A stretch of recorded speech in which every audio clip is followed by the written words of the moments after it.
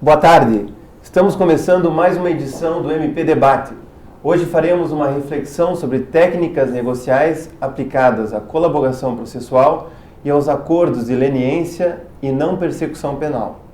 Por isso, contamos com a presença de 4 especialistas no assunto: o Procurador de Justiça e Coordenador de Recursos Criminais do Ministério Público do Paraná, Rodrigo Renier Chemin Guimarães, a promotora de Justiça e coordenadora do Grupo Especializado na Proteção do Patrimônio Público e no Combate à Improbidade Administrativa, o GEPATRAS de Curitiba, Aisha Sela Claro de Oliveira, o promotor de Justiça Rodrigo Leite Ferreira Cabral, que também atua na Coordenadoria de Recursos Criminais, e o promotor de Justiça do Ministério Público do Rio Grande do Sul, Rodrigo da Silva Brandalize. Sejam todos muito bem-vindos. Antes de iniciar esse bate-papo, eu gostaria de convidar você, que está nos assistindo, para enviar suas dúvidas e contribuições sobre esse tema para o e-mail mpdebate@mppr.mp.br. Chemin, vamos começar falando sobre os acordos processuais, os acordos de ou delação premiada, né? Por que esses acordos fizeram bastante sucesso na Operação Lava Jato e depois ganharam escala na doutrina, na jurisprudência e na atuação do Ministério Público? É interessante ele fazer esse paralelo com a Lava Jato e identificar que ali ele ganha uma nova dimensão ao modelo de acordos de colaboração premiada. Presentes na legislação brasileira desde a década de 90, ainda que no foco não tão com a potência que tem agora, né, desde a lei dos crimes hediondos, inúmeras leis dos anos 90 tratavam do assunto, mas eles não tinham ganho ainda uma dimensão, uma utilização muito corriqueira. Na Lava Jato, acho que alguns fatores contribuíram para criar uma espécie de, usando um linguajar até não jurídico, um linguajar mais econômico, mas condições de mercado adequadas para que pudessem acontecer melhor. Destacaria, por exemplo, uma mudança pontual que nós tivemos no Código Penal em 2010. O que mudou foi acabaram com a prescrição retroativa na fase de investigação.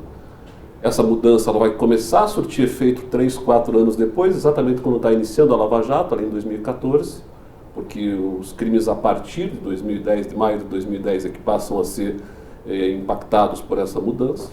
Isso faz com que uma estratégia de defesa, que era apostar na prescrição retroativa, que é uma estratégia clássica, né? Ficar aguardando o trâmite processual e uma pena em concreto, regressivamente julgar para fazer investigação e verificar que já havia prescrito retroativamente, tenha se esvaziado. Então essa estratégia de defesa ela foi, em certa medida, suprimida. Outra estratégia de defesa de ataque lateral ao processo, quando você não consegue fazer um ataque frontal, né, que é atacar a própria prova, é apostar na nulidade do processo. E no caso da Lava Jato, logo no nascedouro da investigação foi tentada uma nulidade, não sei se se recordam, foi a tentativa de fazer com que o processo saísse aqui de Curitiba e fosse para Brasília, decorrência da identificação de um deputado federal no contexto de uma interceptação de comunicação telefônica. Logo no comecinho, quando estava só Paulo Roberto Costa e Alberto Youssef presos aqui, se fez uma reclamação direto no Supremo, pulando todos os degraus, né, de discussão que historicamente você pode ter, mais de 30 possibilidades recursais, levando em conta os recursos internos dentro de cada grau de jurisdição. Pulou-se tudo isso através de uma reclamação, a coisa caiu direto no Supremo. O ministro Teori Zavascki, provocado no primeiro momento, disse: tem razão, os advogados que estão pleiteando, manda tudo para cá. O Sérgio Moro usou na ponderação com o ministro: escute, ministro, mando tudo mesmo? Porque, claro que os advogados acho que não tinham revelado a dimensão do todo do problema, né? Quando o ministro viu o tamanho do negócio, disse: não, faz o seguinte, fica aí com todos que não têm prerrogativa de foro e manda para mim só quem tem prerrogativa de foro, e eu resolvo aqui com essa saída qualquer discussão de nulidade já no nascedouro da investigação. Então, aquilo fez com que as estratégias clássicas de ataques laterais ao processo, em alguma medida, fossem se esvaziando, sobrando muito pouco em termos de defesa para os réus, e aí eu acho que a colaboração passou a ser um cenário interessante.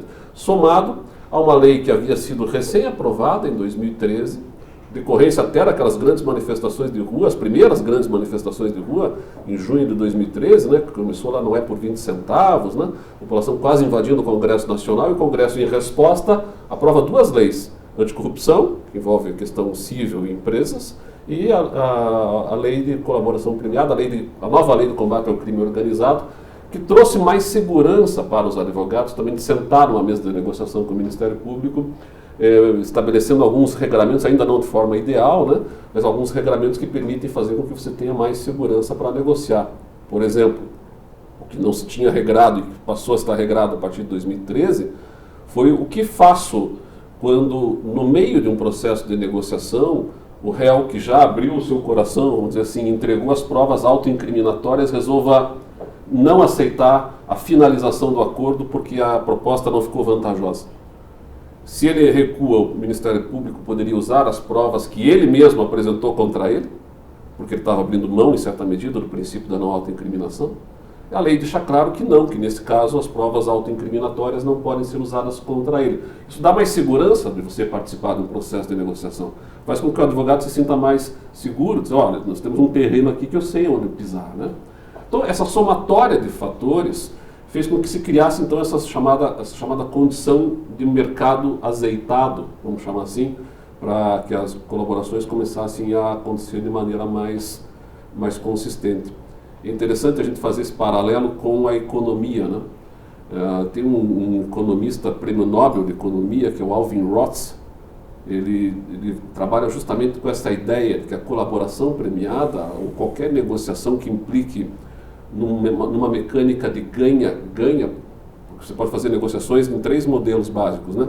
Perde, as duas partes perdem, é o pior negócio. Uma parte ganha, a outra perde. É um negócio que num primeiro momento é vantajoso para uma das partes, mas que a médio e longo prazo não me parece ser um modelo ideal de negociação, porque implica em acordos futuros de você já ter dificuldades de fechar qualquer negociação adequada. E um acordo que é ganho, no modelo ganha-ganha, em que as duas partes ganham. Eu acho que a colaboração premiada ela se insere nesse modelo ganha-ganha, que é um modelo que no linguajar de economia eles chamam de matching, né? Você tem que criar condições de mercado em que as duas partes levem vantagem. O Ministério Público e o Estado tenham melhores provas que ampliem o quadro cognitivo e tenham maior sucesso investigatório, desbaratando organizações criminosas, e o investigado tenha um benefício com uma diminuição de pena consistente. É interessante você falar isso, Rodrigo, porque logo que saíram as primeiras delações premiadas, houve uma crítica ferrenha de uma parcela da advocacia tradicional contra o Instituto. E com essa expressão que você usa, é possível dizer que o acordo de colaboração premiada mudou a lógica do processo penal de garantias? O rei inaugurou, enfim, deu uma dimensão nova, né, para uma divisão de olhares em relação aos modelos de processo que nós temos, né? Que não é necessariamente prejudicial à defesa. Não necessariamente prejudicial. A gente está acostumado com um modelo muito tradicional, europeu continental, de garantias, de estabelecer um processo que naturalmente siga todo um trâmite, com produção de provas, tal, e de repente eu tenho um modelo diferente que, em alguma medida, eu abro mão, em certa medida, de algumas dessas garantias, mas abro mão a partir de uma perspectiva de que isto também se insere num contexto de exercício de defesa. Eu acho que o acordo de colaboração premiada, ele tem uma dupla funcionalidade.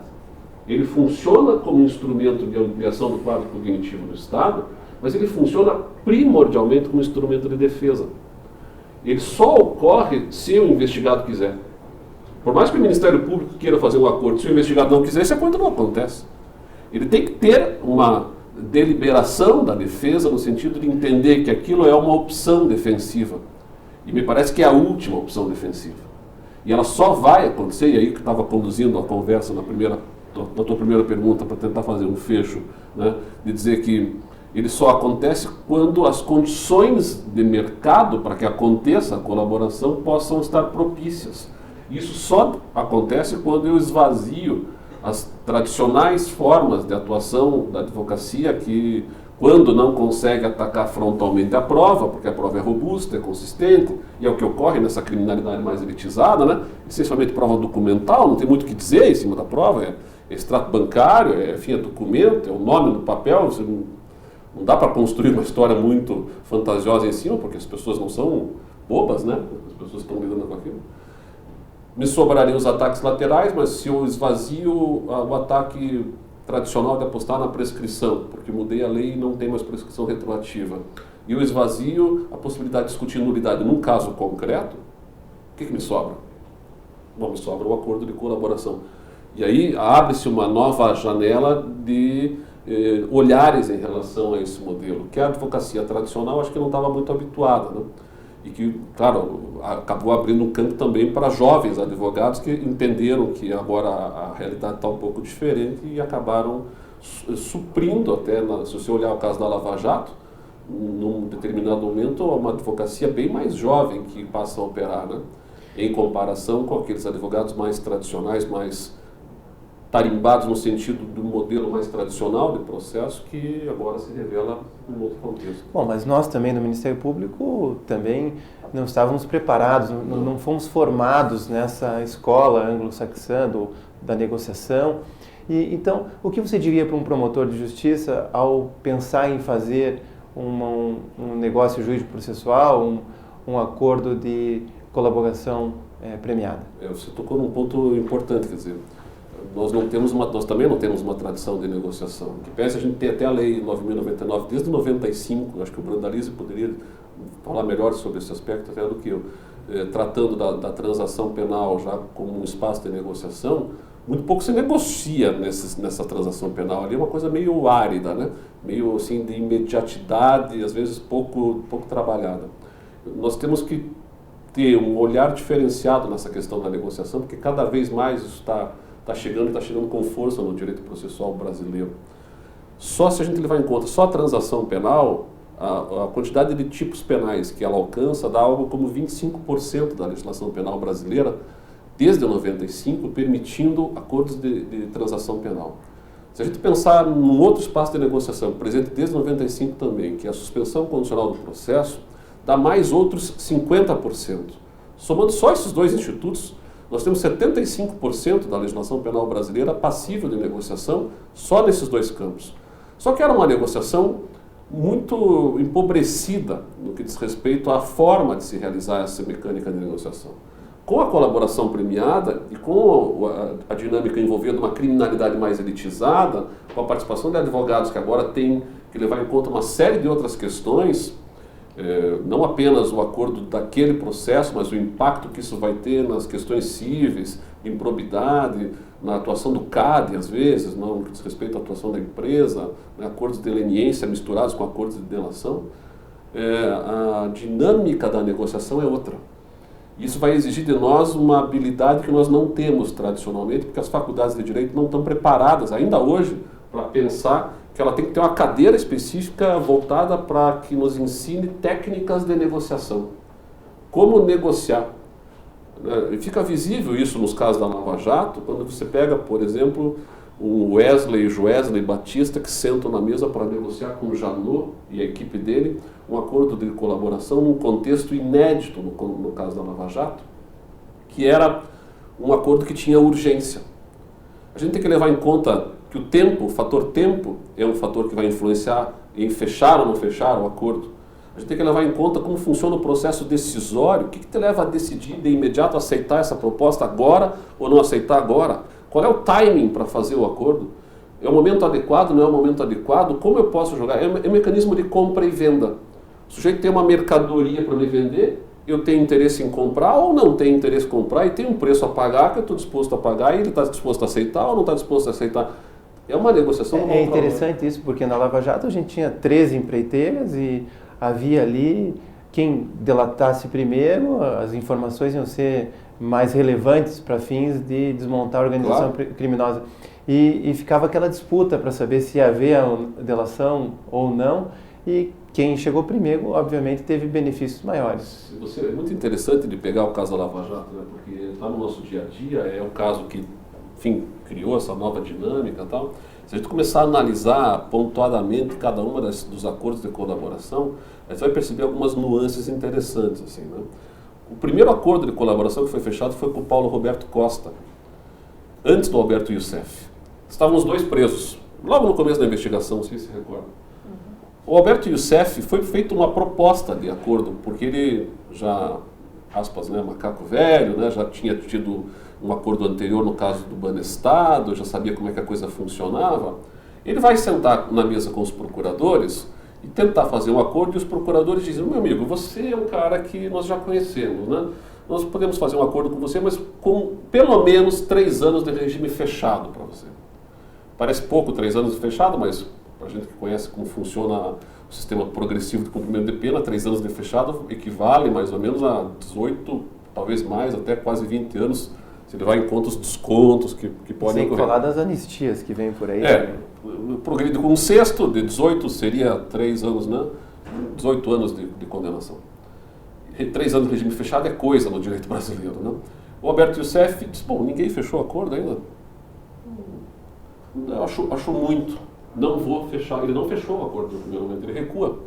Como que diz assim, ele está negociando, né? Tá? Eu quero menos tempo de prisão. Não tem pressa. Ninguém fechou o acordo ainda. Né? Vamos aguardar. Quem que está preso? Eu, Paulo Roberto Costa. Esse Paulo Roberto Costa aí não sabe como é que as coisas funcionam, eu sei. Acontece que o Paulo Roberto Costa, que estava até com um advogado um advogado mais tradicional, que já tinha anunciado de público que era contra fazer acordos de colaboração, quando percebe que o cerco está fechando para ele, porque a coisa chega na família, né? Não sei se recordam, mas tinha a filha dele, acho que o genro, que foram surpreendidos esvaziando um escritório, e a coisa chegou na família e sabe o que? Está na hora de fazer o acordo. Ele troca de advogado, ele tira aquele advogado, pega uma advogada nova, que era aquela cata preta, e resolve fazer o acordo. E aí o Alberto Youssef, nessa altura, está como? Ele tinha uma mercadoria para vender para o Ministério Público. Bom, o Paulo Roberto Costa tinha uma parcela desta mesma mercadoria. Se o preço que ele achava que valia a mercadoria era 1, quando o Paulo Roberto Costa vende mesma mercadoria, aquele preço baixa. Porque eu tenho aí 2 ofertantes para um mesmo e único comprador. Percebe que é uma lógica de mercado? Não? O preço da minha mercadoria caiu. Então eu corro, e de fato ele fez isso, ele correu no Ministério Público e disse: como é que era aqueles 3 anos? Eu quero já aqueles 3 anos, antes que aqueles 3 virem 5. Porque daqui a pouco o que eu tenho para vender já não vale mais nada. E é interessante, só para fechar esse assunto, porque quando o Ricardo Odebrecht foi preso, ele estava convicto de que ele ia ser liberado, se não pelo juiz de primeiro grau, pelo menos por uma das instâncias, os tribunais superiores em Brasília. E quando ele é preso, isso já é um impacto tremendo. E quando ele é mantido preso, essa oferta pela delação ganha um outro nível de negociação. Então, o momento, o timing para o promotor de justiça, para o membro do Ministério Público, é extremamente relevante, essa sensibilidade para compreender isso. A gente tem que estudar psicologia cognitiva, como é que opera o processo decisório mental. A gente tem 2 modelos decisórios, que eles chamam de sistema 1 e sistema 2. Um processo decisório intuitivo, que é o que nós temos tendência de fazer, é altamente problemático, mas a gente tem uma tendência de decidir intuitivamente, de decidir apressadamente. Então você tem que aprender, às vezes, a não seguir uma intuição de querer decidir logo, porque isso pode gerar um problema em termos de fechar um melhor negócio. Isso tudo são coisas que estão à látero do direito, né? Mas que são temas que acho que cada vez mais nós, promotores de justiça, temos que estar atentos, né, para estudar como operar dentro de um mercado, como operar dentro de uma lógica de negociação, como compreender como funciona o processo decisório nosso no processo de negociação e do próprio réu e do advogado, como estabelecer um mercado que funcione de forma azeitada. Não é possível, por exemplo, blefe, de jeito nenhum, isso perde credibilidade, quebra a confiança. Tá? Você tem que estabelecer uma série de olhares diferentes em relação a esse tema, que exige que nós comecemos a trazer para aqui, para debate, não apenas juristas, mas também comerciantes que entendam de técnicas de negociação. Né? Alguém como, não exatamente ele, mas alguém como o Joesley, que quando senta para negociar com o Janot, quer dizer, quantas coisas o Janot deve ter negociado na vida? Eu não conheço a vida pessoal do Janot, claro, seria temerário fazer qualquer juízo concreto assim de valor. Mas eu poderia apostar que qualquer um de nós deve ter negociado muito pouca coisa, talvez 1, 2, 3 carros na vida. E muito menos do que um grande empresário que claro, e aí você senta para negociar com o Joesley, que só faz isso ao longo de 20, 30 anos, e o sujeito só negocia, e negocia aqui, negocia fora, quer dizer, sabe tudo de como é que funciona uma mesa de negociação. Você é engolido, né? Você é engolido. Se tu me permite, até aproveitando então o ensejo, essa questão que nós estamos vendo, que é a questão do acordo no processo penal, se torna ainda mais, vamos dizer assim, complexa para nós, porque o processo penal brasileiro ele funciona com pedido em abstrato. Nós queremos a condenação do réu, diferentemente do que acontece no civil. No civil nós temos que fazer pedidos certos ao juiz. Então, de uma certa forma, o promotor do civil está muito mais habilitado no sentido de negociar, porque ele já sabe, olha, meu pedido tem que ser nesse montante, fazer tal coisa, cobrar em tais situações, que o promotor criminal também não tem tanto, por conta até da própria abstração que os pedidos com a qual nós trabalhamos no processo penal. Nós chegamos a nós queremos condenar o réu, o juiz vai dar a pena. Nós não temos essa preocupação. Sim. E aí, pensando até, visualizando no nosso dia a dia, né, tem todo sentido a gente trazer para dentro da nossa atividade quem conheça essa arte da negociação mesmo. Aisha, o Rodrigo falou que em 2013, em razão até de uma crise que o governo passava de corrupção, as pessoas foram às ruas e pediram reformas. Veio a Lei 13.830 e também veio a Lei Anticorrupção Empresarial. Porque atrás desses grandes empreiteiros, esses grandes empresários, tinha a pessoa jurídica. E para isso existe o acordo de leniência. Explica para nós a finalidade desse acordo de leniência e qual é o papel do Ministério Público na proposição desses acordos, até porque, e a gente pode discutir também, nós temos uma situação no processo penal que parece que não conversa muito bem com o processo civil e com as outras áreas. Na verdade, boa parte das colocações do Rodrigo aqui, elas se encaixam nas discussões que a gente sofre ali no curso do acordo de leniência, né? A parte negocial. Agora, várias situações na lei anticorrupção que surgem nesse mesmo contexto são objetos de discussão doutrinária, especialmente pela atuação do MP, a começar pela legitimidade que o Ministério Público não é contemplado expressamente pela legislação para tratar dos acordos de leniência, inicialmente, né, lá em 2013, e assim continua, porque não houve alteração legislativa nesse sentido. Então, no começo, nós ficamos fora dessa negociação. Aí, um esforço aí de hermenêutico, uma releitura do Instituto, né, da lei Anticorrupção, faz com que o Ministério Público tenha que participar desse processo. Porque os atos de corrupção elencados ali no artigo 5º da lei, eles têm reflexos no processo penal. Eles constituem crime e tem reflexo também na lei de improbidade administrativa. Então, não teria sentido que nós, o Ministério Público, não tivéssemos participação obrigatória ou legitimidade para negociar. E é nesse ambiente que surge a discussão de como nós, o Ministério Público, podemos participar ou vamos participar. É feita uma releitura constitucional, até pelo perfil institucional do Ministério Público. Nós somos aí o titular da ação penal, a nós que incumbe a proposição de ação civil pública, para a proteção do patrimônio público, promover o inquérito civil, o próprio Código de Processo Civil, que traz aí uma priorização dessas formas consensuais de solução do conflito, legislação na administração pública também, que prioriza ou permite já a autocomposição no âmbito da administração, a própria lei anticorrupção, quando nos coloca na posição de garantidor da aplicação das sanções administrativas, no artigo 6º e no 19, no artigo 19 no artigo 20 também. O Ministério Público é legitimado para propor as ações. É garantidor das sanções, da aplicação das sanções administrativas. Então, nós podemos o mais, nós podemos o menos.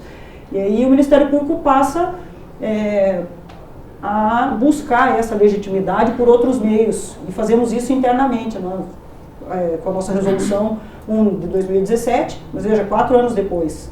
E o Ministério Público Federal, da mesma forma, tem uma orientação em estudo técnico da 5ª Câmara, que também permitem que o Ministério Público comece a trabalhar com os acordos de leniência, e é nesse ambiente que nós atuamos ainda com uma certa insegurança jurídica, porque Inicialmente, a empresa chega para negociar e a primeira coisa que se falava é: vocês, Ministério Público, não têm atribuição ou não têm legitimidade para fazer esse tipo de acordo. E aí depois, internamente, a gente acaba solucionando essa questão e passamos a trabalhar com essa forma negocial aí, de forma até ampliada, não só restrita aí às infrações administrativas. Porque o que se percebeu é que, por conta desses reflexos, a lei anticorrupção dirigida lá à pessoa jurídica detentora dos fatos, dos documentos, das provas, chega para colaborar, mas ela o faz aí por intermédio de pessoas físicas, trazendo condutas que configuram crime, que tem um reflexo daí na seara criminal e, invariavelmente, quando tem agente político envolvido, um reflexo na área da improbidade. Então, se você chega para negociar e isso se limita ao processo administrativo, a pessoa física que está negociando acaba por perder o interesse, porque ela está se auto-incriminando, trazendo um arsenal de documentos e provas e informações que automaticamente acabam por incriminá-lo e não tem uma contrapartida. Essa pergunta que eu preciso fazer. Porque, veja, a lei anticorrupção é para a responsabilidade civil objetiva da pessoa jurídica. Mas isso não afasta também... O nosso ordenamento jurídico é muito tímido na responsabilidade penal da pessoa jurídica. Sim, algumas situações limitadas. E por isso que, embora você faça esse acordo com a pessoa jurídica, há reflexos nas pessoas físicas. Quais são esses reflexos? Exatamente esses que eu estava falando. Na seara criminal, porque a pessoa acaba por trazer documentos que se auto-incriminam, e também na seara da improbidade administrativa. Então, nós, enquanto negociação, o que nós temos trabalhado? De forma concomitante com o acordo de colaboração premiada, porque você traz a pessoa física um cenário de vantagens para permitir que ela possa negociar de forma mais razoável, que ela enxergue outras vantagens que não só no processo administrativo, nas infrações administrativas, e também nós temos assumido compromissos na área civil. Ou seja, não se processa nem criminalmente, nem por improbidade administrativa. Até se processa, mas se negocia com quem tem atribuição criminal. Invariavelmente ali nós no GEPATRI temos trabalhado bastante com o GAECO para ampliar esse leque de vantagens e no curso de uma negociação. Então a gente traz aí a pessoa física para negociação concomitante ou simultânea num acordo de colaboração premiada e temos assumido certos compromissos na área civil, de não ajuizamento de determinadas ações ou se ajuizadas as ações apenas para fins declaratórios. Assumimos compromisso de gestionar junto aos outros órgãos, que também são colegitimados por um acordo de leniência. Então, nós temos trabalhado num esforço aí para superar essas dificuldades, essa limitação que a lei anticorrupção traz, porque, de fato, se não houver esse esforço, o acordo de leniência puro da lei anticorrupção com a pessoa jurídica, ele acaba sendo, o que a gente percebe na prática, ele acaba sendo inefetivo, porque ele te proporciona um ganho de informações, ele amplia o leque da investigação, ele aprofunda as investigações, ele traz um cenário para as investigações relevantes que, se ficar limitado a as infrações administrativas, a empresa, via de regra, não se interessa por isso. Então, esse olhar para as pessoas físicas, esse reflexo dos acordos de leniência na responsabilização criminal e civil das pessoas físicas tem sido trabalhado também de forma concomitante. A nossa resolução, inclusive, ali, ela trabalha o acordo de leniência e o termo de ajustamento de conduta na improbidade no mesmo documento, inclusive. Então, tem tem doutrinadores hoje chamando esse acordo leniense do Ministério Público, tanto estadual quanto federal, de um acordo híbrido, até peculiar, ele é um pouco diferenciado, porque tem uma extensão um pouco maior do que o acordo de leniência previsto só na lei anticorrupção. Você está falando da importância do promotor de justiça da área civil trabalhar junto com o promotor de justiça da área criminal, até para que o resultado dessas investigações e desses processos sejam adequados. Quais outras orientações, você que trabalhou recentemente no acordo de uma grande operação aqui do Ministério Público, daria para os colegas que estão diante dessa situação? Bom, todas essas colocações que o Rodrigo fez em relação à colaboração premiada, elas se encaixam perfeitamente aqui. Há uma dificuldade mesmo de negociação. Nós promotores precisamos aprender a trabalhar com isso cada vez mais. Como eu disse, tem um ganho de informação, uma redução de custos até na investigação. A pessoa jurídica, quando por intermédio das pessoas físicas, seus dirigentes, ou empregados, ou colaboradores, ou acionistas controladores, quando nos procuram, eles têm que ter um ambiente de segurança jurídica, de transparência, para poder sentar na mesa e negociar. Então, assim, é um ambiente de formalização. Nós ali no GEPATRIA formalizamos tudo, a gente instaura procedimento administrativo, registra tudo em ata, grava todas as reuniões, atende só a pessoa na presença do advogado, invariavelmente mais de um promotor na mesa de negociação da área criminal, da área civil, e essa avaliação toda em relação à prova tem que ter muita cautela para saber assim, o momento, se já há investigação sobre o fato que está sendo trazido, sobre a prova documental que está sendo trazida, se não há, se a informação que está sendo trazida é inédita ou não é, quantos agentes a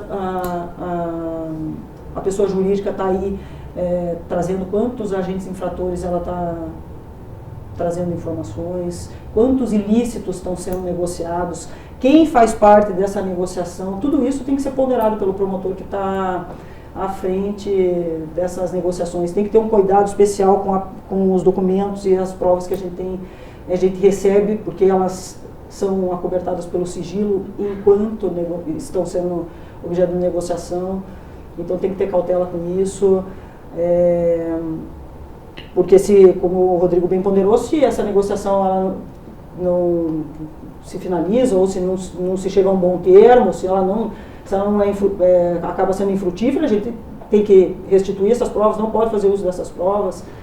Então, toda essa ponderação do momento, da quantidade de informação, porque os atos de corrupção eles acontecem de forma bem silenciosa, reservada. Então, quando você recebe esse arsenal de provas, você tem que sopesar se isso, você já tem conhecimento disso, se não tem, e para poder avaliar aí os custos e os benefícios, né, e os riscos de fazer um acordo de leniência. Porque o acordo também não pode ser uma solução genérica, ampla e restrita, né? Tem que ser bem avaliado para ver se é importante que se faça, né, se firme o acordo de leniência, afinal, porque tem que ter um ganho para ambas as partes. Esse o ganha-ganha que o Rodrigo ponderou. Eu queria só acrescentar, porque acho que é importantíssimo isso que a Aisha está falando, sobre a ótica de quem está acompanhando os processos em grau de recurso, que é o meu caso, o caso do Cabral. Nós estamos fazendo acompanhamento das decisões que o Tribunal do Paraná toma em cima desses acordos que estão fechados em primeiro grau e do que o STJ tem analisado também. E o que eu tenho percebido em alguns casos? Uma certa ansiedade em fechar o acordo. Está me parecendo, assim, em alguns casos. Querendo aproveitar uma onda de novidade, entendendo que isso é um grande instrumento para ampliar a quadra de cognição, e eu não estou me preocupando muito em verificar se de fato aquela informação que o sujeito está me trazendo ali no acordo, ela se confirmará por outros meios de prova. E o acordo de colaboração, a lei deixa claro, né, sozinho ele não me serve como prova. A fala isolada do sujeito até pode ser lida como uma prova, desde que ela seja confirmada por outras fontes. Essa confirmação não é uma confirmação assim de um pedaço da fala do sujeito, como quem diz assim, Eu, como agente público, fiz uma autuação da empresa e aí eu tenho a autuação, olha, então confirmou. Isso não é a confirmação, é a confirmação do crime e não de uma circunstância lateral que não me confirma o crime. Então eu tenho percebido assim que às vezes, talvez, claro, a gente não sabe como é que as coisas ocorrem, no processo de negociação cada um tem a sua particularidade, a sua peculiaridade, mas eu acho que uma preocupação que o promotor tem que ter é de verificar o seguinte: estamos negociando o que exatamente? A tua informação vai me levar aonde? Ela chegará de fato numa prova que confirme o crime? Porque se ela me confirmar um dado lateral, o crime não me serve. Porque pode ser que eu feche aqui, o juiz até acha ok ali, mas o tribunal lá em cima, os tribunais hoje eles estão com um olhar, está me parecendo isso, um olhar agora de certa resistência ao acordo. Aquilo que no primeiro momento foi uma grande novidade e foi bem aceito até no Supremo, hoje começa a ser lido as reações que a gente tem visto na Suprema Corte, de alguns ministros dando entrevistas públicas, até dizendo, é preciso pôr um freio, uma arrumação, tá um exagero, toda hora eles estão dando indicativos de que não pode ser qualquer acordo que me leve a qualquer dado, tem que ser um dado realmente consistente, do contrário não vale a pena fechar esse acordo. Do contrário nós estamos gastando energia, dando assim um impacto muito grande no primeiro momento que depois se esvazia. Então eu acho que é uma preocupação muito forte que nós temos que ter nesse sentido. E talvez até fosse interessante pensar numa cláusula no contrato, porque os acordos são fechados com contratos, né? Que se estabelecesse algo, sei lá, equivalente à cláusula rebus sixtantibus, assim, aproveitando uma visão contratual civilista, né, que teoria da imprevisão, né? Se você está me dando um dado que vai me levar à prova, será que leva mesmo? Porque se não me levar, talvez a gente possa rever esse acordo aqui. Algo como que diz assim, ou me confirma e ok, ou se não me confirmar, você não vai ter o benefício. Porque fica muito vazio, às vezes, muito superficial, muito abstrato o acordo, quando ele não consegue chegar a bom termo em termos de alcançar provas que sejam confirmatórias daquela indicação oral que o sujeito me prestou no contexto da negociação. Nesse contexto da negociação, nós ali, a gente já tem avaliado previamente.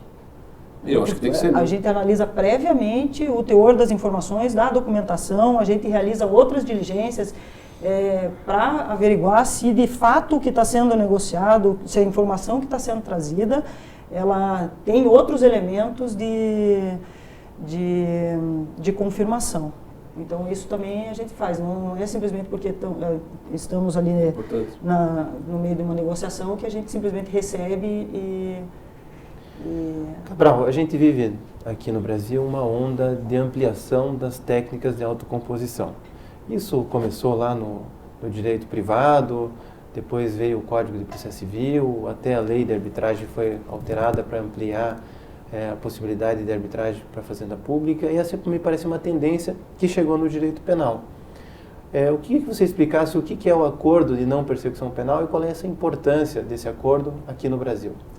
Tá. Eu acho que, inicialmente, quem atua, né, no sistema penal e quem conhece o sistema penal, e inclusive as pessoas em geral, existe hoje uma sensação, e uma sensação que não é falta, de total descrédito das instituições, total descrédito do sistema, uma vez que a gente não tem conseguido dar cabo do volume e quantidade de processos e crimes que são praticados na nossa sociedade, né? O nosso sistema ele tem uma série de inversões, por exemplo, os nossos processos penais, se a gente for pegar uma vara criminal hoje, a gente vai verificar que arrisco dizer que mais de 90% dos processos penais que existem hoje em tramitação nas nossas varas criminais não decorrem de investigações da Polícia Civil, mas decorrem de uma prisão em flagrante, né? A gente verifica também nas delegacias de polícia que de cada 1.000 boletins de ocorrências, que nada mais são que notícias de crimes, né, se transforma em inquérito policial, um número de 5, 6 inquéritos policiais. Então, nesse panorama, a gente já verifica que, em primeiro lugar, que o grande órgão investigador do Brasil, que seria a Polícia Judiciária, acaba não cumprindo a sua função. Quem investiga crime no país, ao fim e ao cabo, é a Polícia Militar. Do outro lado, a Polícia Civil, que devia cumprir essa investigação, ela, na verdade, está fazendo um filtro político-criminal daquilo que tem que ser investigado ou aquilo que não tem que ser investigado.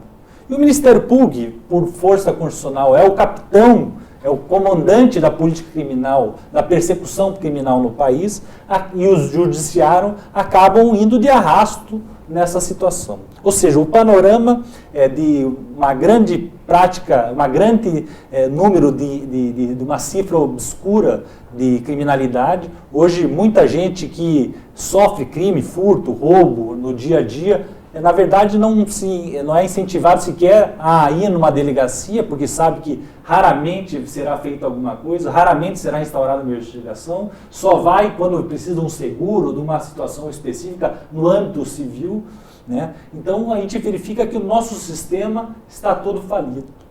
E nós, como os membros do Ministério Público, nós como Ministério Público, temos que tomar alguma providência urgente com relação a esse problema.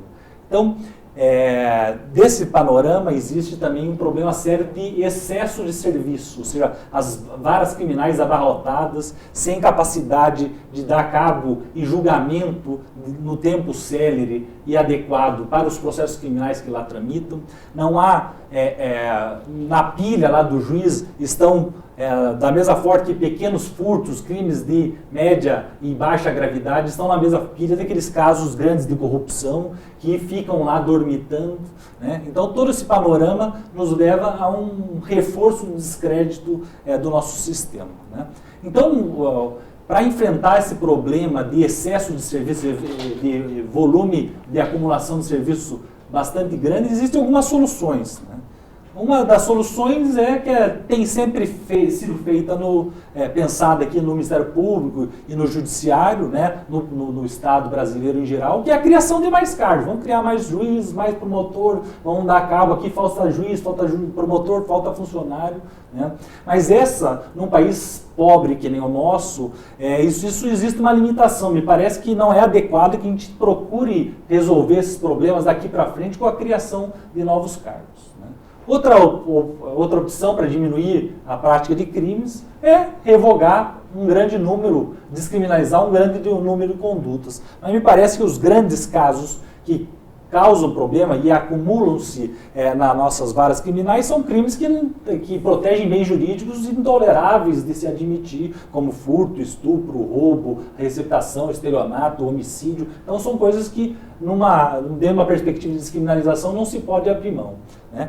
E por outro lado, a terceira grande solução para isso tem sido praticada em inúmeros países que têm um sistema penal mais decente, digamos assim, é a possibilidade da realização de acordos, né, como forma de abreviar a resposta estatal, como forma de evitar esse acúmulo de processos, especialmente e fundamentalmente nos delitos de pequena e média gravidade, que são, ao fim e ao cabo, são grandes crimes que atrapalham a vida do cidadão diário, ou o cidadão lá que acorda cedo para pegar seu ônibus, tem o seu celular furtado, que tem um crime de estelionato, essas pessoas idosas. Então, toda essa criminalidade de média e baixa gravidade, elas merecem uma resposta adequada pelo sistema. Daí porque a necessidade, e o Conselho Nacional do Ministério Público acabou aprovando a Resolução 181, que previu a possibilidade, lá no seu artigo 18, da realização de acordos entre o Ministério Público e os investigados por esses delitos de baixa e média gravidade, né? Fundamentalmente, especificamente, os crimes cuja pena mínima é de até 4 anos, ou seja, observando um horizonte até pensando na pena que, como o Brandalize falou, a gente tem que pensar na pena que eventualmente se obteria, né? A gente sabe bem lá, né, Chemin, que há uma prática de quase pena mínima, então a gente consegue prever bem que normalmente os crimes que não têm uma especial gravidade vão estar ali muito próximos da pena mínima. Então, esses crimes poderia o Ministério Público fazer um acordo, né, por meio de um negócio jurídico de natureza extraprocessual, para que o Ministério Público, de um lado, abria mão da possibilidade de perseguir penalmente esses fatos, e, por outro lado, o investigado concordaria em realizar medidas semelhantes a uma pena que ele eventualmente seria condenado, né? Claro, evidentemente, medidas um pouco reduzidas àquilo que ele seria condenado. Então haveria o interesse do investigado de, primeiro, não ser atingido por um processo penal, que tem seus efeitos na vida de qualquer cidadão que existe, então ele teria interesse em abrir mão e não teria a possibilidade de ser atingido por uma pena impositiva, né, e uma pena que causaria uma reincidência. Ou seja, a gente vê muitos casos, às vezes os caras lá na juventude estavam tomando uma cerveja no bar, foram voltar para casa, passaram por uma casa lá e viram que tinha uma bicicleta no sopro, os caras foram lá, acordaram, no outro dia acordaram com aquela ressaca e com a polícia na porta da sua casa. Então, o processo demora tanto que essa pessoa lá no seu contexto, na sua vida, nesse momento, né, depois consegue se erguer, consegue obter o trabalho, casou, tem filha, tem família, tem trabalho e depois é atingida 5, 6 anos depois por uma condenação por crime de furto. Então isso lhe traria um benefício fundamentalmente para aquelas pessoas que têm uma participação eventual nas práticas delitivas. E, por outro lado, o Ministério Público, dessa forma, exerceria a sua política criminal. Política criminal nada mais é do que, uma das facetas importantes da política criminal, nada mais é que a realização de opções de prioridade, né? Então, vamos priorizar o processo judicial full trial, né? Ou seja, aquele processo com instrução e julgamento para os crimes graves, para quem tenha uma força, inclusive para realizar os acordos de colaboração premiada, uma vez que só existe acordo de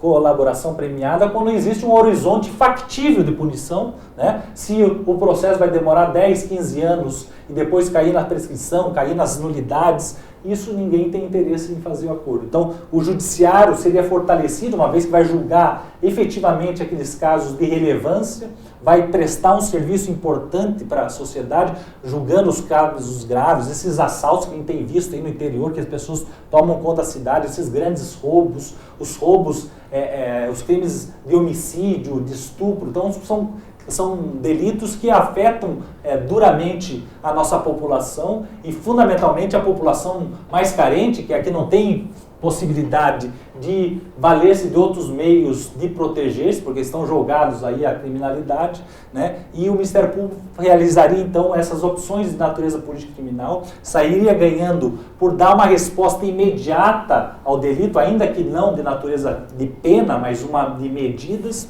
e ademais prestaria atenção a um aspecto fundamental da atuação do Ministério Público, que é a atenção da vítima, é o redescobrimento da vítima. Tá? Nesses casos de estelionato, de furto, a vítima, com o acordo de não persecução penal, ela é contemplada de imediato, mas não com aquela sentença, com aquela fixação do valor mínimo, uma sentença penal condenatória que serve para colocar na parede lá e dificilmente a gente sabe que isso vai ser possível executar, mas na prestação e na reparação imediata do dano causado, que é muitas vezes o que a população quer. A gente vê esses estelionatos que muitas vezes são intrincados, viram processos super complexos, né? E que com a pena de 1 a 5 anos fatalmente há um risco de prescrição e passados muitos anos, ainda que venha uma condenação bastante singela lá de 1 ano, 1 ano e meio, 2 anos, né, as vítimas vão ficar a ver navios. Então, muitas vezes, aquelas economias do trabalhador que juntou a sua vida inteira vão ser esvaziados com isso. Então, com a possibilidade de descobrimento da vítima, né, a gente consegue realizar a inevitável pretensão de justiça que um processo penal, uma persecução penal, deve se realizar a plenos pulmões, só se realizará a plenos pulmões com atenção efetiva à vítima. Então esse seria o pano de fundo do acordo de não persecução penal. Brandalize, veja, o Cabral nos explicou que foi a resolução 181, se eu não me engano, de 2017, que introduziu o Instituto no Brasil. Mas a gente sabe que já há ADINs no Supremo Tribunal Federal, projetos de lei contrário. Qual é o risco que o colega promotor enfrenta ao optar pelo acordo de não persecução penal diante desse cenário incerto que essas ADINs e esses projetos colocam? Bem, para começar respondendo essa tua pergunta, eu queria pelo menos fazer uma consideração que é pessoal, né? E até é curioso, afinal de contas, um dos que participou do trabalho da construção da resolução se encontra aqui, mas eu acho que o Conselho teve um grande mérito, a partir do momento em que ele traz a discussão do tema. Entretanto, eu tenho críticas, inclusive críticas publicadas, à atuação como o Conselho fez. Particularmente, um termo que eu usei num artigo que eu escrevi lá na nossa associação, eu sou muito refratário a essa ideia de direito resolucionário. Porque a Constituição fala em lei, e aí, enfim, não vou aqui, não é a questão de criar um debate, aumentar, mas eu não vejo ali um poder legislativo constituído pelo Conselho. E aí, por conta disso, eu particularmente acho que há problemas na resolução, pelo menos no que diz respeito com o artigo 18 e sua constitucionalidade. Mas, vou superar isso, como o colega disse há pouco, existem ADINs, daqui a pouco o Supremo entende que é constitucional. Né? Só para vocês terem uma ideia, existem duas decisões que eu me lembro do Tribunal de Justiça do Rio Grande do Sul que não homologou, no sentido de que seria inconstitucional, mas eu tomei conhecimento de que tem uma decisão do Tribunal de Justiça de São Paulo que entendeu que é constitucional, então o tema está na pauta. Qual é o problema, quais são os problemas que eu visualizo hoje? Um é um caso bem concreto que aconteceu lá no Rio Grande do Sul, que envolve uma dessas não homologações. O colega fez um acordo de não persecução penal e encaminhou ao judiciário. O juiz não concordou com o acordo sob o argumento de ser inconstitucional. Que é o caminho do 28, por paralelo, e aí a questão que a resolução também recomenda, que se encaminhe ao Procurador-Geral. O Procurador-Geral tomou conhecimento do acordo, só salientando que havia o acordo com um pedido de arquivamento. Tomou conhecimento do acordo, ratificou o acordo e ratificou o pedido de arquivamento e devolveu ao juiz. O que o juiz disse? Com todo respeito ao Procurador-Geral, é inconstitucional, não homologa o acordo e como Vossa Excelência ratificou o pedido de arquivamento, determinou o arquivamento do expediente. Não ratificou o acordo, determinou o arquivamento do expediente. Com base nisso, foi interposta a correção parcial. E relembrando que a partir do momento em que o Procurador-Geral ratifica os termos, vinculada está a instituição, artigo 18 não me lembro o parágrafo, mas artigo 18 da resolução. Houve a correção parcial, o Tribunal de Justiça recebe a correção e dá parcial provimento. Não homologa o acordo, mas não arquiva, devolve a origem. E aí que vem a pergunta, o que o colega faz agora? Por força de resolução, ele está vinculado ao arquivamento, ao acordo, porque a resolução diz isso. Por outro lado, ninguém homologou o acordo. O que ele faz? Então, esse para mim é o primeiro risco. Nós estarmos trabalhando com um instituto que não tem definição própria. Até porque o acordo não é uma transação penal, já que não cabe acordo se couber transação. Não é uma suspensão condicional do processo, porque não tem denúncia oferecida ainda. E, ao mesmo tempo, não é sentença, por razões óbvias. Não tem processo proposto, é não persecução. Mas, ao mesmo tempo, carrega consigo áreas de sentença, porque prevê, por exemplo, a entrega de bens numa hipótese de confisco antecipado, se é que dá para você usar esse termo. Então, ele não tem uma natureza jurídica muito própria frente a todo o contexto consensual dentro do processo penal brasileiro. E como se sai disso, então? Esse, para mim, é o primeiro risco. Segundo, vendo esta situação, no projeto de lei anticrimes, que foi mencionado há pouco, houve a proposta pelo Ministério da Justiça de que isso se torne, então, o 28A do Código de Processo Penal. Qual é o segundo risco que vem a partir disso, então? Não preciso dizer aos senhores que muito embasados por conta do julgamento da ADIM que deu legitimidade aos delegados de polícia para fazer colaboração, já há um projeto, uma emenda ao projeto de lei, possibilitando que o delegado de polícia, já no ato de flagrante, por exemplo, já faça ele o acordo. Claro que vai depender de ratificação futura do membro do Ministério Público, pelo menos a lei, o projeto fala isto. Mas se já não investigamos, e se é o flagrante que muitas vezes nos dá informação, faz o acordo, o sujeito concorda com o acordo de não persecução na hora, foi-se a investigação. Se perdeu tudo, a gente está correndo um outro risco de dar mais legitimidade à autoridade policial para o consenso no processo penal, correndo risco prático também. E o terceiro risco, que se confunde um pouco com as ADINs, está no próprio projeto. O projeto, ele trabalha com uma noção objetiva completamente diferente do Conselho. Penas máximas penas máximas inferiores a 4 anos, ao passo que o Conselho, penas mínimas inferiores a 4 anos. Veja que muda o foco. Quer dizer, qual é também um pouco da imagem que nós estamos querendo passar em não perseguir? Nós internamente discutimos essa questão, ou seja, o espectro de pena mínima inferior a 4 anos tem uma pena máxima que vai longe. Nós temos crime, se a memória não me atrapalha, o tráfico é de 3 anos e a máxima é de 15. E me corrija se eu estiver errado. O tráfico está no contexto do... Não fala dos equiparados? Hediondo dos equiparados. Então tá. Não, mas veja, em pena de 3 até 15. Tráfico 5.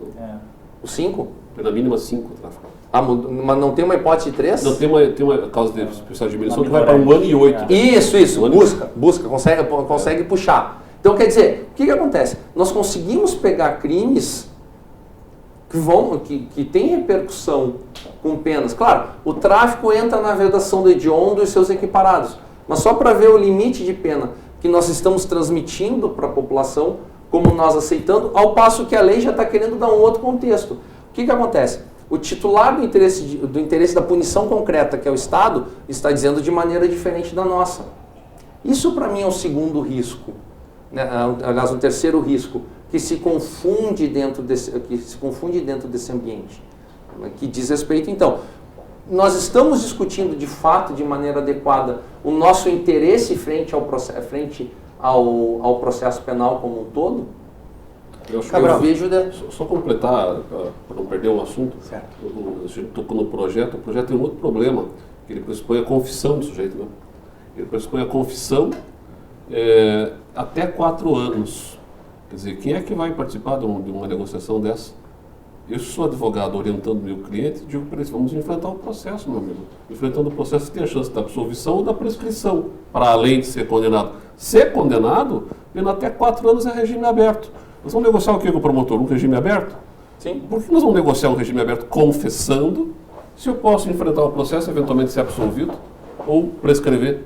No pior cenário, se sendo condenado, pego o mesmo regime aberto. E ele é o projeto do Moro nesse ponto, eu acho ele meio esvaziado. Cabral. E aí que entra então.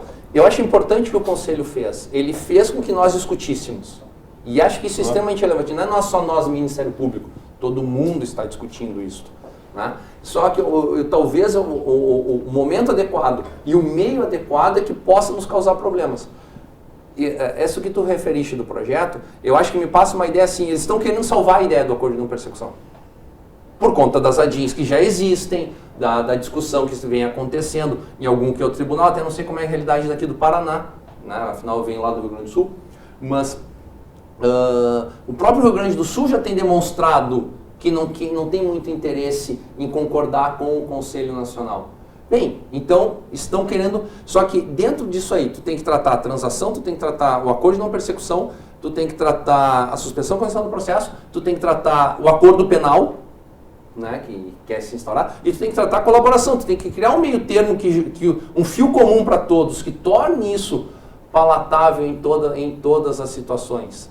Né? Então, enfim, os riscos que eu vejo hoje, além de casos concretos que nós já estamos, que se visualiza lá no Rio Grande do Sul, esses outros aspectos que entram no aspecto político-criminal. Cabral, como é que a gente supera esses riscos, já que a ideia é muito boa e tem muitas vantagens, seja para a vítima, seja para o Ministério Público, para a sociedade de modo geral e até para o réu, muitas vezes, já que, como você ilustrou, é muito melhor às vezes fazer um acordo do que esperar um processo moroso e cujo resultado é indefinido.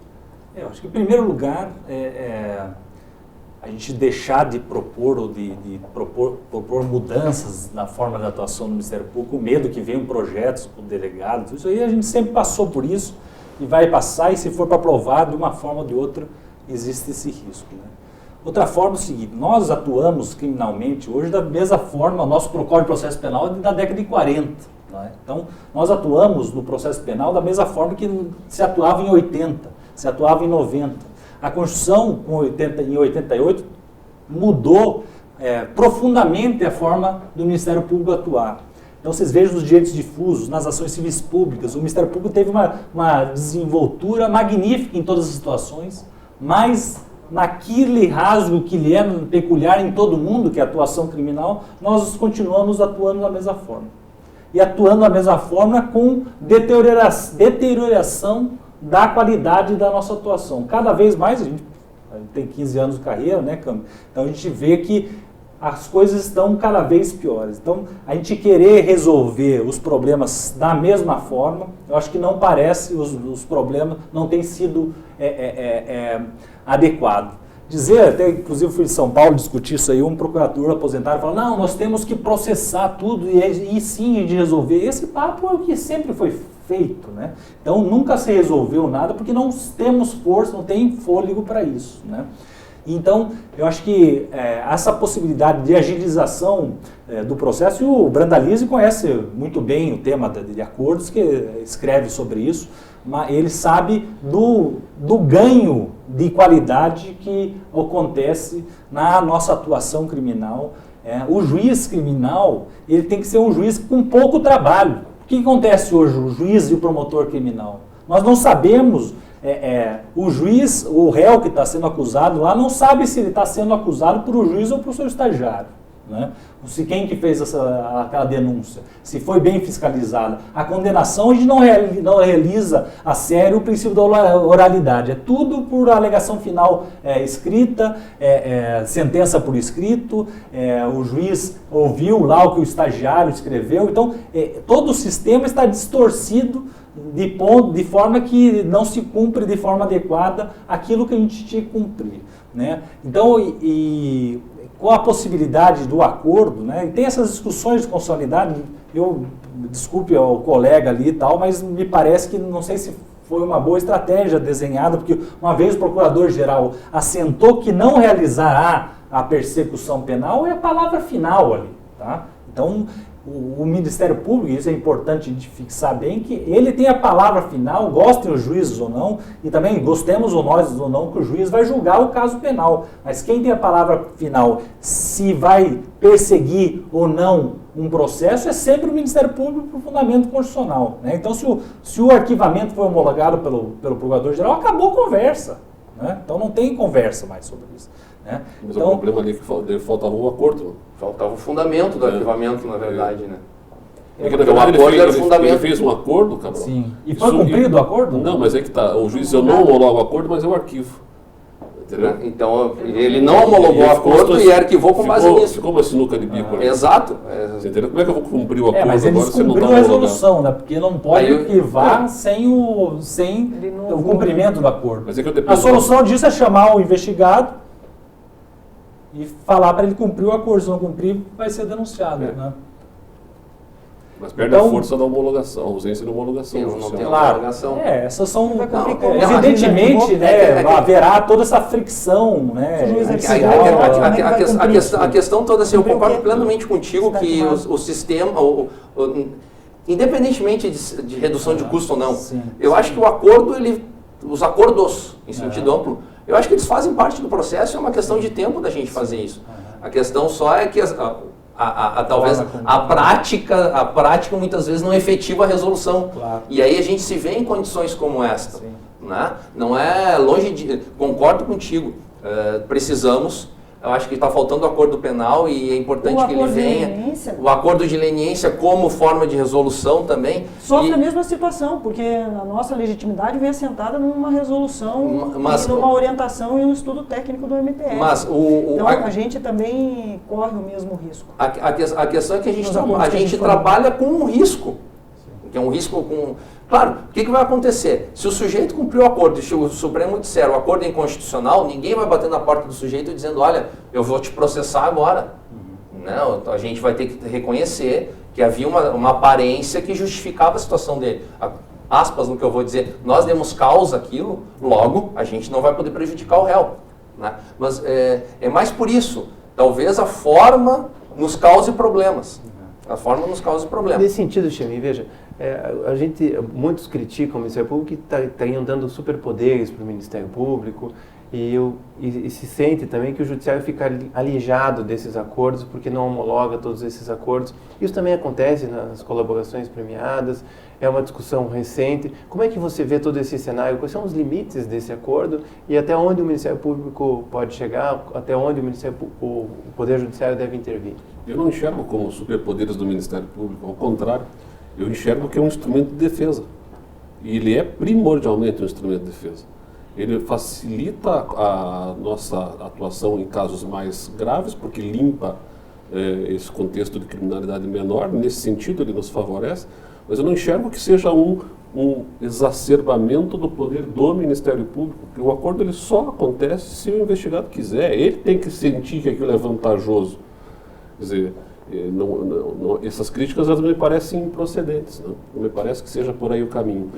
E completando o que eles estavam falando aqui, acho que na prática, você citou 2 casos no Rio Grande do Sul que o juiz não homologou. Sim. E 2 o tribunal não foram homologados e o tribunal confirmou a não homologação. Mas eu acho que pelo que eu tenho conversado, e não é muito, mas enfim, pelo que tem me passado aqui no Paraná e no resto do país, os promotores estão fazendo esses acordos.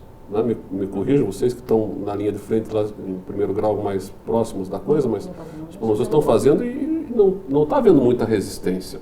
O único que pode questionar o acordo é o juiz. O advogado não tem lógica que questione, quando ele está negociando, ele está tendo benefício para o cliente. Se o promotor e o advogado estão de acordo, quem pode criar um caso é o juiz. Quantos juízes estão criando caso? 2 lá e 1 aqui. Claro, são de 100, né? A coisa pode chegar no Supremo amanhã depois e lá ver uma decisão que, enfim, acabe com o negócio, né? Mas eu acho que a coisa está, de certa forma, funcionando na prática. Mas alguns ministros supremos já se manifestaram, Chamin, no sentido de que o Ministério Público não poderia fixar pena, nem regime de progressão de regime, que isso é algo que é pertinente aos poderes do juiz. Você concorda com isso? Eu acho que está nos acordos de colaboração, particularmente na Lava Jato, que é o que a gente tem de modelo mais próximo, mais presente, mais potente, eu acho que teve alguns exageros sim ali. Eu acho que a gente tem que tomar alguns cuidados nesses acordos para não começar a inventar muita moda. Nos casos da Lava Jato, por exemplo, me lembro de acordos que foram fechados que estabeleceram regimes de cumprimento de pena que não existem na lei. Regime fechado, harmonizado com tornozeleira e domiciliar. Não existe esse troço. A questão é, e se ele tira a tornozeleira indevidamente, caracteriza uma falta grave, de acordo com a lei de execuções penais? E aí isso caracteriza um descumprimento do acordo ou isso caracteriza uma falta grave com impacto na regressão do regime? E regride para qual regime, né? Se eu inventei um regime novo? Tem uma série de consequências que acho que não se concretizaram ainda em termos de problematização dessas novidades de ajustes criativos em cláusulas contratuais de acordo que podem ter um impacto. A gente tinha que ter um cuidado de ficar mais dentro do que diz a lei para fazer os acordos, nos limites da lei, não ficar inventando muita moda. Aproveitando o ensejo, e até de novo, acho que eu até me alonguei demais na discussão sobre a constitucionalidade ou não, porque, enfim, o tema está em discussão. Mas independentemente de ser, vamos lá, digamos que o STF diga que a matéria seja constitucional, enfim, superou a entrave, ou surge uma lei que sobreveio a lei e superamos o entrave. Eu acho que tem uma situação que não é uma questão de ser risco, eu acho que vai ser uma consequência natural do que vem acontecer. E como eu sei que esse ambiente é um ambiente nosso, de Ministério Público, eu acho que um modelo de acordo, qualquer deles, não é só acordo de não persecução, ele vai acabar modificando a nossa independência funcional. Muito no que tu disseste há pouco. Onde os acordos existem, por exemplo, o Conselho usou o paradigma alemão, né, como base para a criação da ideia do acordo. Portugal também, onde eles têm o acordo e tentaram fazer o acordo de maneira informal. Os ministérios públicos são hierarquizados. Há uma ordem de cima que precisa ser respeitada. E eu acho que os acordos vão acabar mexendo. Não é uma questão de ser risco ou não, é uma questão que a gente tem que começar a pensar. Em que sentido que seria? Nós temos independência funcional, sim, dentro, obviamente, dos limites da lei, como disse o o Chemin há pouco, mas eu posso fazer o acordo como bem entender. Eu posso criar o critério de não ter acordo na minha promotoria completamente diverso do teu. Você vai dizer assim, não tem que se submeter ao Conselho Superior do Ministério Público, Não, por não, exemplo? não, Tem um não é isso, não é mecanismo isso, de não é isso. controle? Por exemplo, assim, ó, eu não faço acordo para furto. Vou usar um exemplo teratológico. Eu não faço acordo para furto, mas o Cabral faz. Eu sou o primeiro promotor, ele é o segundo. Eu tenho independência, vamos considerar dentro do Ministério Público. A nossa independência justifica isto. Nós vamos criar esse... Não pode virar uma loteria. Não pode virar uma loteria, justiça distributiva, literalmente. Mas isso acontece na insignificância. Tem promotor que fala, eu não aplico a insignificância e outro aplica de forma mas o que eu tô ampliada. São os riscos, né, naturais. Mas isso não é uma crítica. Assim, mas é uma reflexão. É uma reflexão. Claro. É uma reflexão. Até que ponto, quer dizer, desculpa, vai chegar um momento que eu acho que isso vai acabar sendo discutido. Né? Justo nesse sentido. Vai ter que ter uma política institucional. Daqui a pouco nós vamos ter que criar políticas institucionais. Eu acho que nesse aspecto o Conselho criou uma. Eu acho importante, por exemplo, que exista um detalhamento, que eu acho que de certa forma foi feito ali, de balizamento nas possibilidades de acordo. Né? Então, para que evite, né, que esses tratamentos disformes. Inclusive, essa foi uma das críticas, uma outra prática que influenciou a criação do acordo foi o modelo francês, que começou a se realizar acordos sem previsão ilegal, e lá existia, inclusive, expressamente previsto o princípio da obrigatoriedade da ação penal. Só que começou a fazer, em vários pontos, práticas totalmente disformes. E o que aconteceu? O Ministério da Justiça, qual é submetido ao Ministério Público francês, ele editou uma resolução falando, olha, o parâmetro é da seguinte maneira, então vamos tentar homogeneizar, né, essas práticas. E aqui, nesse caso, me parece que não houve esse risco precisamente porque há uma certa balizamento, mas claro, mesmo na questão da proposta de suspensão constitucional do processo, na transação, eu acho que o problema é a gente não banalizar a realização de acordos da forma que acontece mais ou menos na transação penal. Esse é um grande desafio, tá? Que a gente não vire aquela automaticidade e não se perca, por exemplo... Que não seja o estagiário, mas depois esteja fazendo um acordo. E o acordo ele só pode ser feito quando existe justa causa. Então não é na qualquer... folhinha, lá, portaria que aconteceu. Mas justamente ratifica o que eu disse. Acho que nós vamos ter que criar políticas institucionais voltadas para como nós vamos passar a agir. Claro que isso é uma deturpação, né, do modelo, né, porque o modelo só pode ser realizado o acordo quando houver justa causa para o oferecimento da denúncia. É aquela típica situação. O senhor gostaria de fazer acordo, se não quiser, é denúncia. Não é então vamos investigar depois. Né? O acordo não busca, no objetivo dele, não é buscar suprir, né, dificuldades probatórias. A confissão que existe, prevista no acordo de não persecução penal da resolução, ela é para o seguinte, porque senão o investigado realiza o acordo e ele simplesmente não cumpre. E como, desde a minha perspectiva, aquelas medidas não são penas, não têm a natureza de imperatividade, o Ministério Público não vai poder mandar regredir o cara da prestação de serviço para uma prisão, uma pena, para cumprimento de pena em regime de privativo de liberdade. A consequência será o oferecimento da denúncia. Mas você vai para o processo com uma confissão e com a prova de corroboração que também é exigida. Então, na verdade, me parece que é uma efetiva realização de uma política criminal. Então, nós vamos fazer opções aqui, né? E a gente queira ou não, todo o sistema tem um sistema de opções, né? Tem o sistema de opções, que é o sistema que a gente tem atualmente, que é as opções que são feitas pela pilha do processo, que é um sistema burro, né? Porque você vai fazer primeiro aquele processo que chega primeiro, pouco importando a dimensão de violação dos bens jurídicos, pouco importando a importância desse processo para a proteção da sociedade, né? E outro modelo de realização de opções é essa política criminal inteligente, que o Ministério Público levanta a cabeça e vê como está a situação na sua comarca, na sua localidade, né? E faz opções político-criminais de priorização daqueles casos que são efetivamente importantes e não fica essa engrenagem. Hoje a gente é uma engrenagem cujo motor é a polícia militar, ao fim e ao cabo. Se for para dizer em termos, né, grosseiros, é basicamente isso, porque o que dá flagrante vai virar processo, porque as investigações, a gente tem muitos poucos casos em que há ação penal em virtude de investigação, lamentavelmente.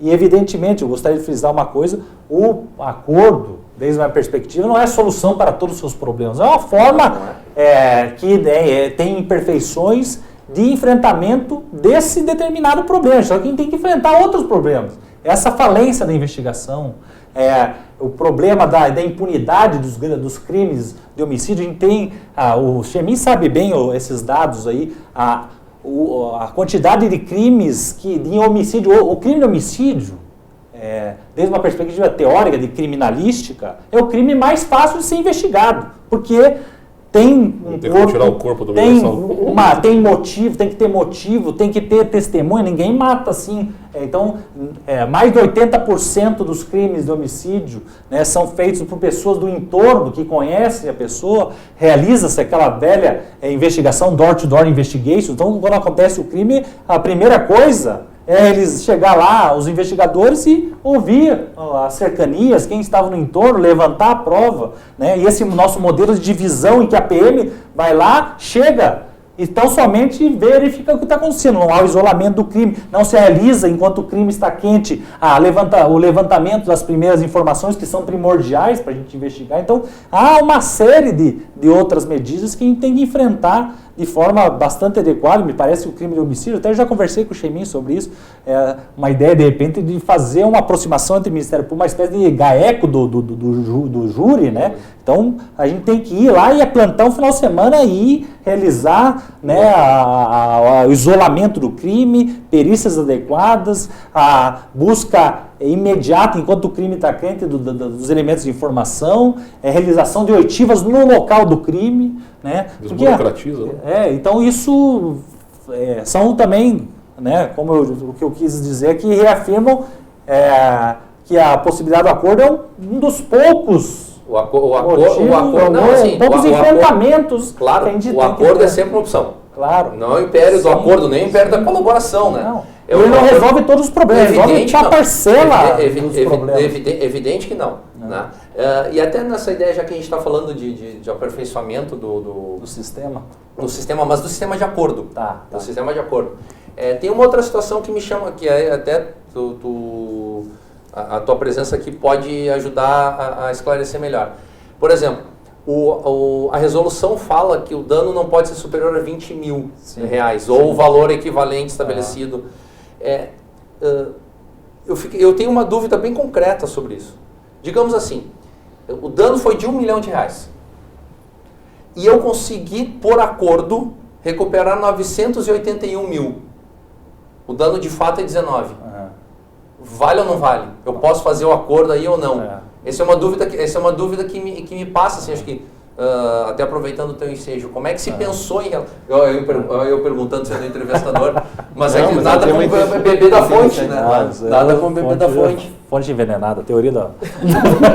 Não, tô brincando. É o seguinte, ali, claro, quando foi proposto isso, a gente sabia a grita e a confusão que ia acontecer isso, e eu concordo com você numa coisa. Talvez, se tudo for julgado inconstitucional, se cair o acordo, se revogar, se não aprovar a lei, eu acho que a grande mérito que aconteceu é botar esse bode na sala.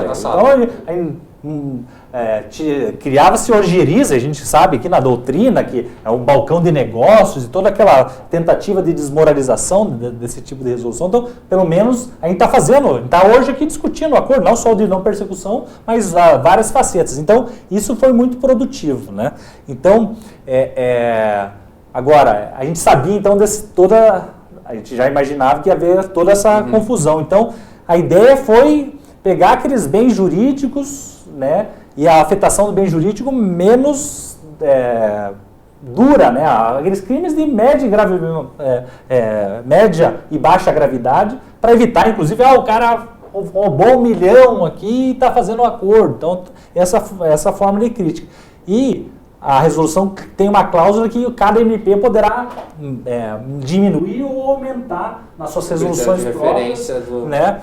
Esse acordo. Mas o certo é que o volume que esse é o objetivo, é atacar o volume dos delitos até 20 salários mínimos. A gente sabe que se a gente pegar os furtos aqui das varas criminais, se não pegar 99%, vai pegar 98%. Não, né? eu pergunto assim porque o... Mas é do bem jurídico tutelar, não é porque já recuperou que vai mudar. Pois é, porque o que eu vejo, a situação concreta depois, quer dizer, antes da resolução. Sim. Hoje eu estou na assessoria lá do Procurador-Geral, mas antes eu trabalhava com crimes ambientais, crimes de parcelamento de solo urbano, enfim, crimes contra o patrimônio histórico, em que a gente sai um pouco da capacidade de transação penal, em alguns casos. Nós temos danos que são maiores do que esses valores e que, enfim, a gente, se tu for analisar, eu nunca fiz acordo, mas se tu visse a resolução, bom, se eu vou seguir os 20 mil reais, ou os 20 salários mínimos, porque hoje é R$1.000 basicamente, né? 20 salários mínimos, o meu valor teto, mas são os 20 salários mínimos com base no quê? Com base no dano efetivado, sim, na lesão ao bem jurídico. Da lesão ao bem jurídico, né? Que acho que isso é uma situação que daqui a pouco pode caber um aperfeiçoamento eu acho que inclusive o crime ambiental que você falou é que muita gente, essa pergunta muita gente me pergunta, né? E no ambiental que muitas vezes essa questão dos lixões, as questões que se resolvem, dano. Daí o cara tá com o penal lá, velho. Então, e aí o dano, aí tu fez o TAC, resolveu o inquérito civil, mas tu não pode resolver a investigação porque, passou de 20 salários mínimos. Eu acho que, por exemplo, as resoluções locais poderiam pensar nisso. Né? Mesmo porque 20 salários mínimos aqui é uma coisa, num estado extremamente pobre é outra, ou no Ministério Público que trata, por exemplo, podia fazer uma diferenciação nos crimes ambientais, então repensar isso aí, e daí é a razão da gente deixar essa cláusula aberta. Mas a limitação, primeiro a gente partiu da ideia do juizado, né? Ou seja, os pequenos casos, fez uma paralela, o dano seco, e também para não causar mais uma fonte de discussão do que nós já temos problemas suficientes para discutir. A discussão está interessante, mas a gente vai ter que terminar. São institutos novos e que causam sérias dúvidas e também perplexidades, mas eu fico com a fala do Cabral aqui também de que a gente tem que discutir o tema, até porque não dá para investir mais em promotores, mais em juízes, né? As soluções tradicionais não estão dando conta dessa nova criminalidade, dessa nova forma de ver a atuação do Ministério Público.